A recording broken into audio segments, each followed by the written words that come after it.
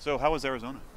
It was good. I think phase one of preseason, still working through, a little bit how we're going to play, but more of evaluating, seeing which combinations work, getting a good fitness base. So we feel pretty good about it. I think come back here for a little bit, and phase two starts next week. High points, low points, Arizona? The fitness base was high. The low point was the weather. It was chilly. I think you don't want to look at results, but when you add the three periods and losing 3-0 to Columbus, maybe that result. But we're there to build a base. We're there to evaluate players, and so you can't really look at results. Of course, you want to play well and get better and win. That's always nice. But when you're focusing on a season, you have to look at what's the best way to prepare a team. I heard the low points were in the evenings with nothing to do. What'd you guys do in Arizona? Yeah, I kind of like it. So, I thought it was great for the staff. We had some good moments together to talk about soccer, talk about the team. I think for the players, the bonding was good. Either players are playing cards or sitting together and talking. And I think it's a great way for the players to get to know each other. Good.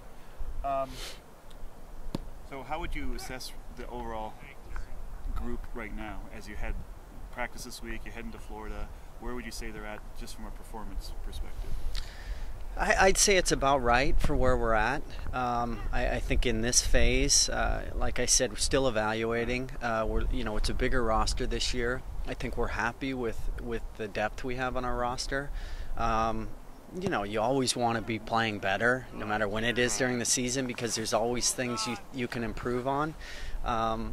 But I think getting this group together, adding a few new pieces and getting them acclimated with the rest of the guys, I think it's a process, and we're kind of right on track. The new players, you mentioned depth. How are they doing, the ones that are remaining? Yeah, you look at new players fighting for spots. You look at draft picks who have come in, so it's a mix of some veteran new players and then some young players. I think overall, just the social part of it and getting in with the group has been pretty good.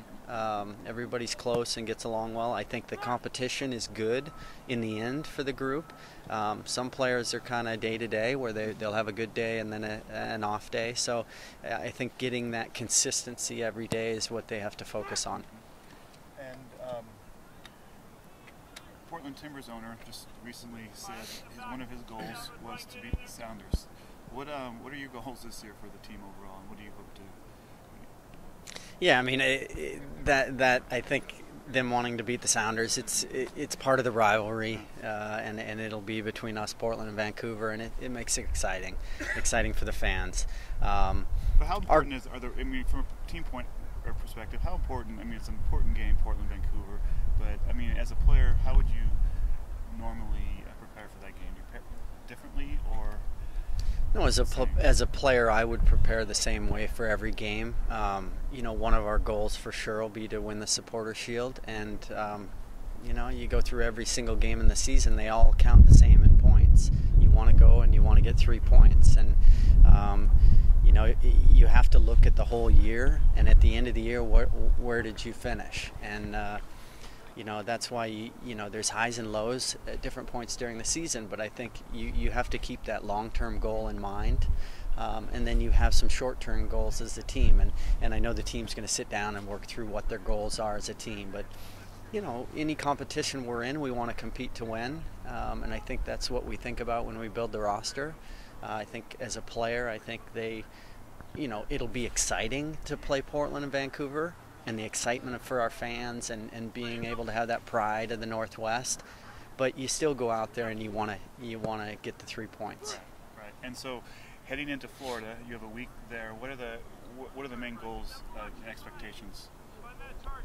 Yeah, for us as management and the coaches, we need to be roster compliant and salary compliant March 1st, and so we need to make the final cuts. I think for the team, getting that core of players to start to gel a little bit more together. Our possessions should improve. I think the fitness is going to improve. And then our tactical understanding as we get into March, we need to tactically be on the same page and have our plans.